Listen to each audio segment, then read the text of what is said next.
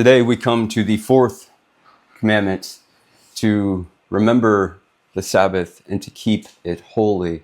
Now, this commandment actually is probably the one that is most debated throughout church history. And so part of my role in pedagogy is to understand the time constraints that we have and try to teach within those time constraints. And so I actually do hope, by God's grace, to have a whole series on the Lord's Day where we can hash out some of these debates, some of these disagreements.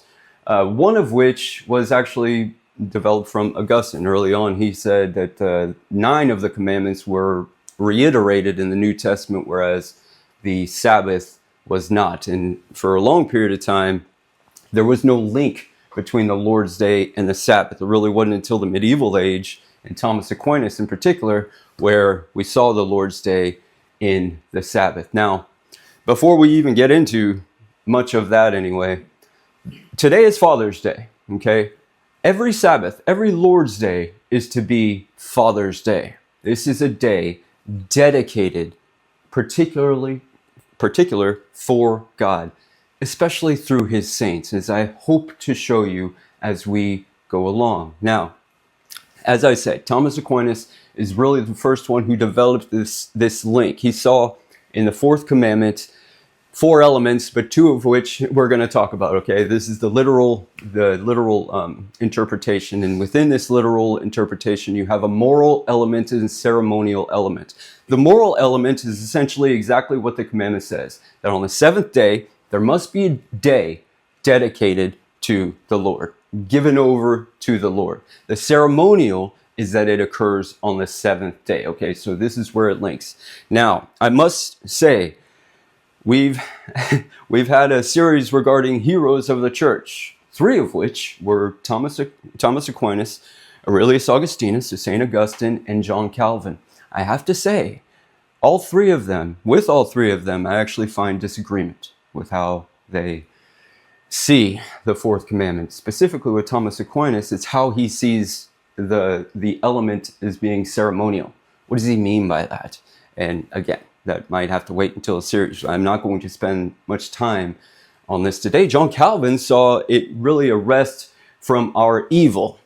We're to give a day, assign a day all to God to rest from our evil and so on. And I disagree with that's all that's entailed in this rest. However, in our day and age, the Lord's Day is even hardly recognizable compared to what it was 50 years ago. It wasn't all that long where the streets, every store was closed, restaurants were closed, everything was closed. You wouldn't hear a lawnmower on Sunday.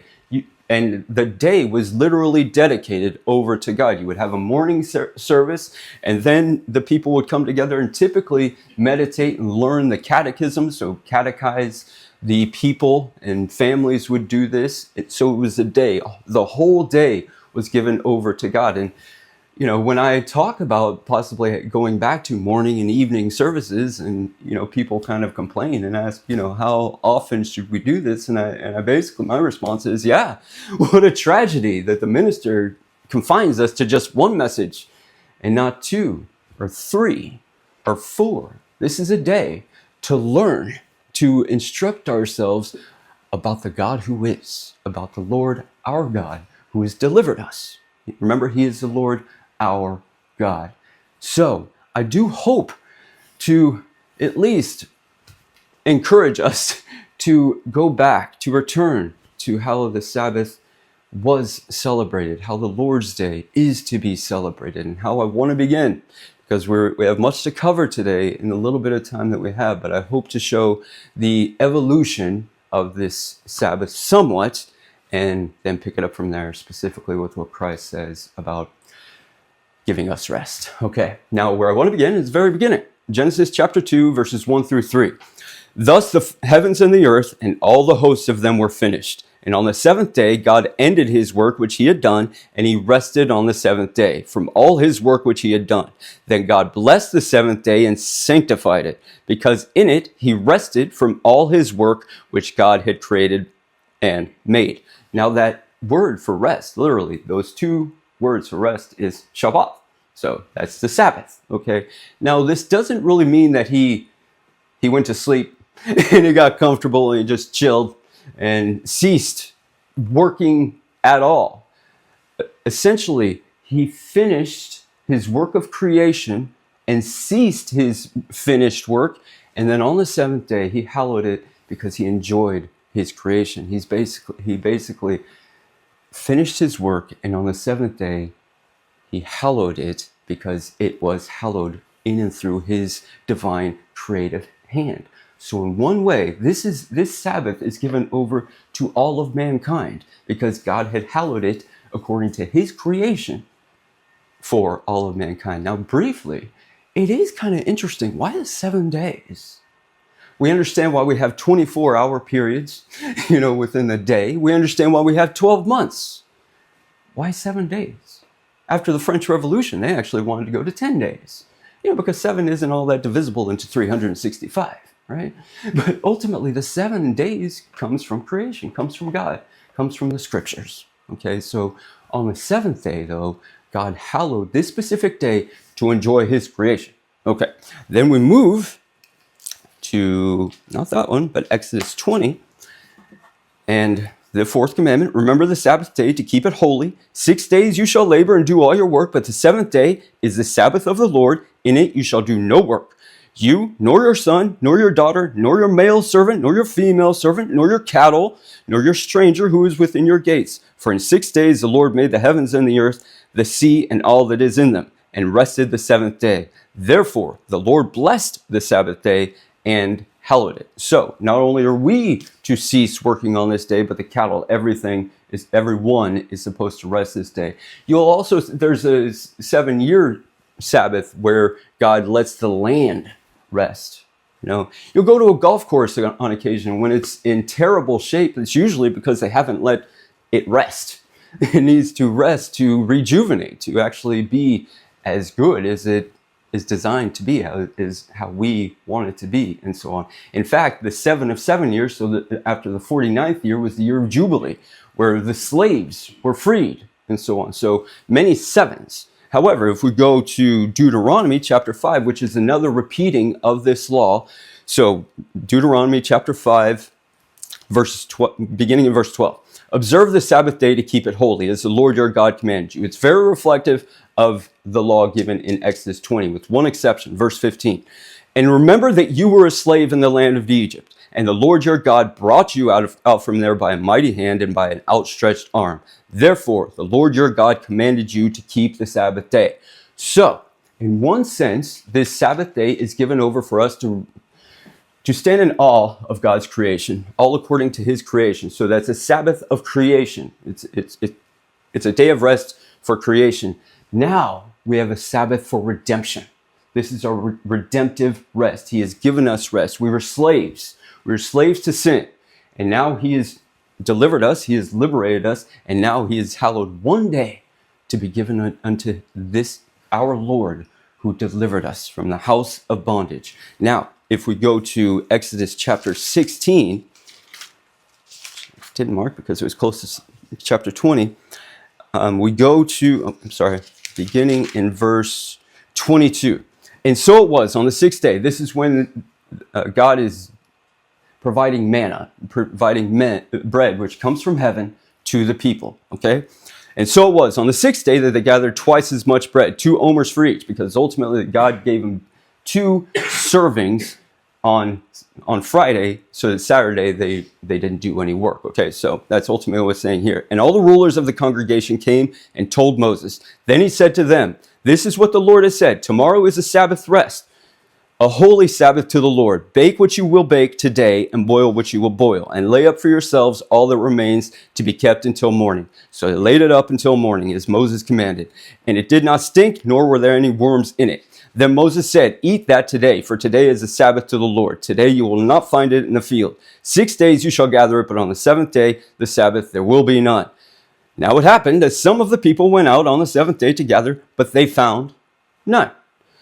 And the Lord said to Moses, how long do you refuse to keep my commandments and my laws? See, for the Lord has given you a Sabbath. Therefore he gives you on the 6th day bread for 2 days. Let every man remain in his place. Let no man go out of his place on the 7th day. So the people rested on the 7th day. Now, this is actually before his giving of the Sabbath on Mount Sinai. Okay, so there's much speculation here whether or not the Israelites even celebrated the Sabbath before. Is this a Mosaic covenant alone? No, they were doing this before it was given on Mount Sinai, okay? Now, however, though, God didn't even provide the bread on the 7th day. In a sense, this is a day for our rest, and this is a day for him to enjoy our rest. On the 7th day, when God created all things, he hallowed this day because he's enjoying all of his creation, specifically man, he's made in his image. Now we are to enjoy our Creator. We are to enjoy the Lord our God on this day. So he enjoys us, we enjoy him. This is why it's a day consecrated to him, hallowed by his great and holy name. Now, in addition to this, in Leviticus chapter 23, if you read all of Leviticus chapter 23, it goes into much to do with the Sabbath, okay? But the first 3 verses says, and the Lord spoke to Moses, saying, speak to the children of Israel and say to them, the feasts of the Lord, which you shall proclaim to be holy convocations, which are sacred assemblies, essentially, these are my feasts. 6 days shall work be done, but the 7th day is a Sabbath of solemn rest, a holy convocation. You shall do no work on it. It is the Sabbath of the Lord in all your dwellings. So, is Sunday alone, is the Lord's Day alone to be our only sole time of worship? No. Each and every day we are to assign and to worship and hallow God's great name, right? However, on the Lord's Day, we are to have these sacred assemblies, these convocations dedicated to him. So on this Sunday, this is where saints come together to worship him, to adore him, to learn about who he is, to be instructed, to be edified, to be built up under his name, and all to glorify him. Okay. Now, I do want to go to Isaiah. This one should be it. Yep. Isaiah chapter 58, verses 13 and 14. If you turn away your foot from the Sabbath, from doing your pleasure on my holy day, and call the Sabbath a delight, the holy day of the Lord honorable, and shall honor him, not doing your own ways, nor finding your own pleasure, nor speaking your own words, then you shall delight yourself in the Lord, and I will cause you to ride on the high hills of the earth, and feed you with the heritage of Jacob your father. The mouth of the Lord has spoken. So here is the prophet who has proclaimed and lamented all of Israel's profaning God's name. Here he's saying, we're to take sweet delight on the Sabbath. So if you turn away your foot from the Sabbath, from doing your pleasure on my holy day, and call the Sabbath a delight, then you skip over to 14, then you shall delight yourself in the Lord, and I will cause you to ride on the high hills of the earth. Ultimately, again, he will exalt the humble if we delight in his holy day that he has given over to us. This isn't to be a burden. This is actually to be a gift. The Sabbath is a gift to rest from all of our toils. Okay, and we will get to that in just a second, specifically through what Christ says. But I do want to preface that with, we're not just talking about our vocational labor. In other words, it's not merely the hours that we spend at our jobs. We don't cease working. Hopefully, woe to the man who goes and labors and toils all of his strength at his job and then comes home and is no father and is no husband whatsoever. We continue work. We do whatever we need to around our household. There's much labor in all of our lives. And on this 7th day, we are to rest from these and give this day over entirely to the Lord. Now, I do want to also read part of Psalm 92. I would also encourage you to read all of Psalm 92. This is the only psalm which is given for the Sabbath. It begins, the title is a song for the Sabbath day. There's no word Sabbath in this entire psalm. However, I just want to read verse 4. For you, Lord, have made me glad through your work. I will triumph in the work of your hands. This is to be done on the Sabbath day. Again, in one sense, we see all of the work of his hands. We see his creations proclaiming his glory, right? The heavens and the earth and the stars and so forth all proclaim his great goodness and his great name. So by the work of his hands also, he has redeemed us by his outstretched arm, by his holy hand. And so we, for you, Lord, have made me glad. We rejoice on the Sabbath day according to all of his work, his works of creation and his works of redemption. Okay. Now, in John chapter 17, verse 4, this is Christ's high priestly prayer. We're going to shift into the Lord's Day specifically as it is given by Jesus Christ. He's praying to the Father, his Father, our Father. I have glorified you on earth. I have finished the work which you have given me to do. Okay? So all of what Christ was sent for, all for which Christ was sent, he accomplished. And so he's praying to his Father. However, in addition to this, though, in Philippians 1:6, Paul says, being confident of this very thing, that he who has begun a good work in you will complete it until the day of Jesus Christ. Now, if we go to Matthew chapter 11, verses 25 through 30. At that time, Jesus answered and said, I thank you, Father, Lord of heaven and earth, that you have hidden these things from the wise and prudent, and have revealed them to babes. Even so, Father, for so it seemed good in your sight. All things have been delivered to me by my Father. And no one knows the Son except the Father, nor does anyone know the Father except the Son, and the one to whom the Son wills to reveal him. Come to me, all you who labor and are heavy laden, and I will give you rest. Take my yoke upon you and learn from me, for I am gentle and lowly in heart, and you will find rest for your souls. For my yoke is easy and my burden is light. I love to read, as I mentioned last week, Spurgeon's sermons, typically on a Saturday. And yesterday, I read it to my dear wife Sarah, and we both got to enjoy this sermon specifically on these verses. Come to me, all you who are weary and heavy laden, and I will give you rest. There are ultimately two rests here. First is the rest to which we are to come, and for which we are to come. So the first one is in verse 28. Come to me, all you who labor. Now this is an extreme toil. So in other words, he's not saying, come to me, all you who work 40 days a week.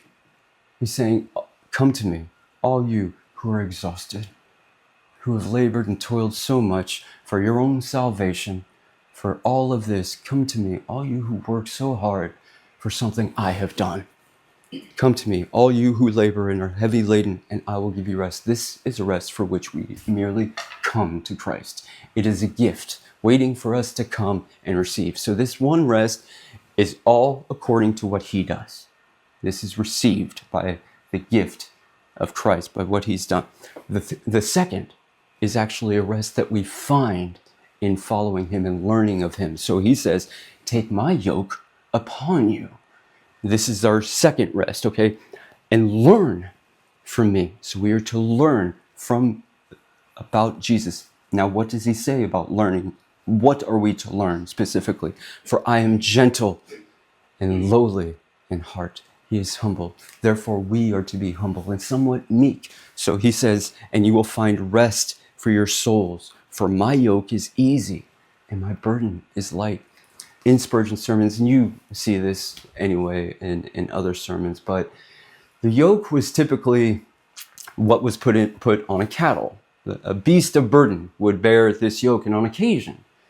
And this was kind of two-sided. You know, you'd have a burden on one end of a pole, and then on the other end of the pole, and this one ox would essentially balance and carry these two yokes. However, sometimes you would have two beasts of burden who will bear either yoke. Okay, now, in order to do so, they had to be perfectly paired, okay, perfectly in union with one another. If one beast went to the ground, then both the beasts are bearing the yoke unequally.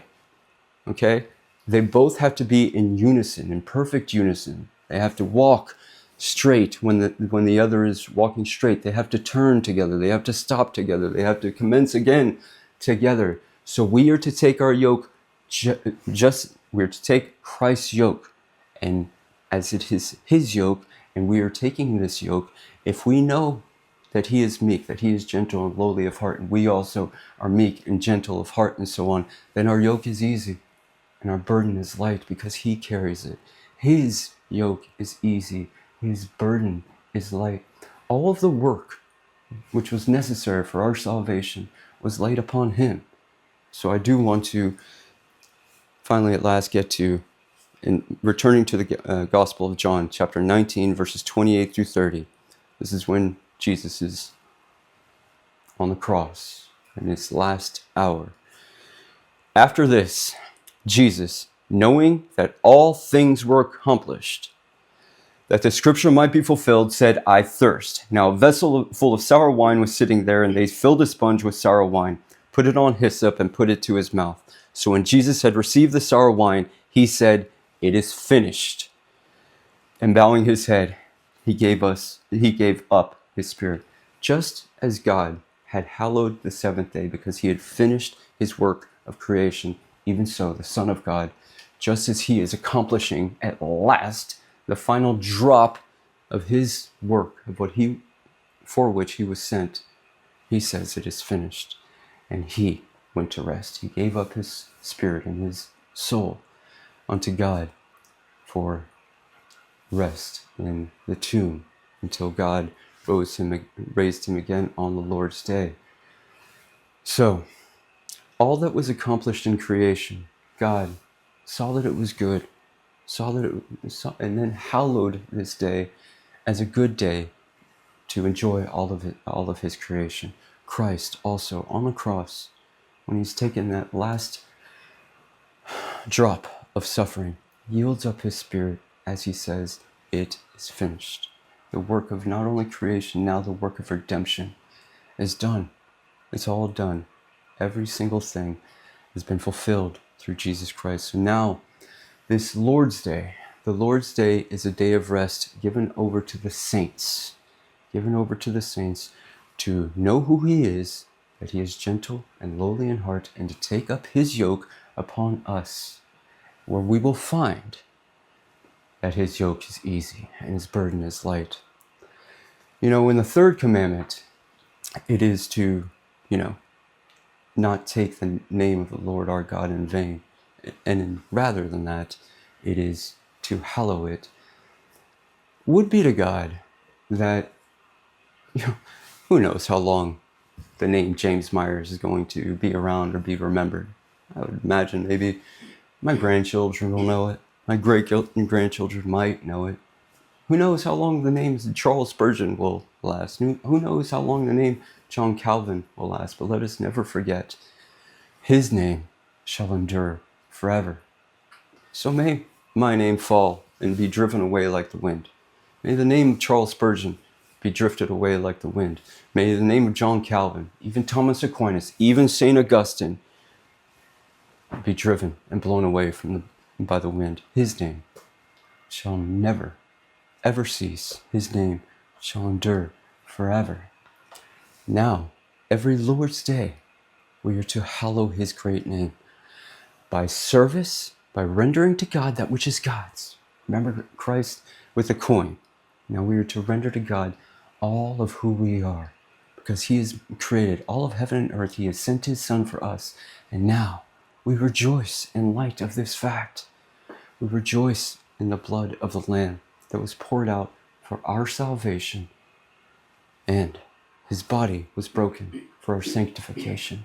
This is the bread upon which we feed every Lord's Day, every day, period, but every Lord's Day especially. May his name be absolutely hallowed. May we actually give this day over unto him every seventh day. And until we have more time to consider this in all of its breadth, and all of its glory, and all of its manifestation, all of its fulfillment, from the Mosaic law to the culmination of what Christ did on Calvary. Let us see that God hallowed this day in creation. Okay, then he hallowed it to the Israelites who he delivered out of Egypt, out of the house of bondage, and so on. And he has also delivered us, and he sent his Son to finish this great work and to hallow the day of his resurrection, which is the Lord's Day. So now we celebrate. We come still on the seventh day. You know, in America, our first day is Sunday. In Mexico, that's not the case. You know, they begin with lunes. It's inconsequential. Ultimately, we have 6 days of labor, and then we have the seventh day of rest. To be a holy convocation, to be a holy and sacred assembly given over for God's people to be given over to him, because he enjoys us on this day and we enjoy him on this day. And this looks forward to, if you also read the book of Hebrews, especially in chapter 4, you will see much of what he says about this rest, this Sabbath specifically. But he's really looking to a place. It's really less about time in that regard. It is actually a place where in Old Testament Israel, it was a promised land. It was Canaan, essentially, they were given. But the book of Hebrews, the writer of the book of Hebrews, makes plain that we are still promised a rest to come, a rest in glory, where we will still have labor, just as Adam and Eve had before the fall. They're still tending the garden. It was still working and so on, but not by the sweat of their brow. It was all a holy work. And the Sabbath was probably given to Adam too, which is probably the day when God came in the cool of the day looking for Adam, and Adam was hiding. Adam was hiding because he was called to tend all of God's creation, including the creatures. And instead of that, he was deceived. He deceived himself by a creature, by part of God's creation. And so he hid from God on this holy day. And so instead of Adam, instead of mankind looking for God, now God's looking for us. We're always hiding, trying to cover ourselves pathetically. We hide from the gaze of God because we're ashamed. We should be ashamed based on our sin. But he has sent his Son to cover us with all of his righteousness. Where is their shame? Where is their guilt when we're in our blessed Lord Jesus Christ, who is altogether good, who is altogether holy, who has imputed his righteousness upon us? And now we are seen absolutely righteous. We are seen just as God sees his Son, so he sees us. Now, he no longer is looking for his lost sheep. We are no longer the lost sheep of Israel. What once was lost is now found. So God forbid, he continues having to seek us out. May we seek him all the day long throughout the week, but especially on this holy day, on the Lord's Day. May we give over all of our time, all of our toil, all of our burdens, everything, all of who we are unto him, that he might be hallowed on this hallowed day. All praise, all honor, all adoration is to be given over to him every single day, but together in the sacred assembly with our brothers and sisters. What a wonderful gift, again, anticipating our future rest, where we will also be together in one holy, sacred assembly, crying out and singing to the glory of God, holy, holy, holy is the Lord of Shabbath, Lord of hosts. The whole earth is full of his glory. May we see that the whole earth is full of his glory. And may he fill the earth with his saints until on that day at last, in the new heavens and the new earth, he will have only his sacred assembly, worshiping him and he enjoying us forever and ever and ever, because his name shall endure forever. All praise be to him.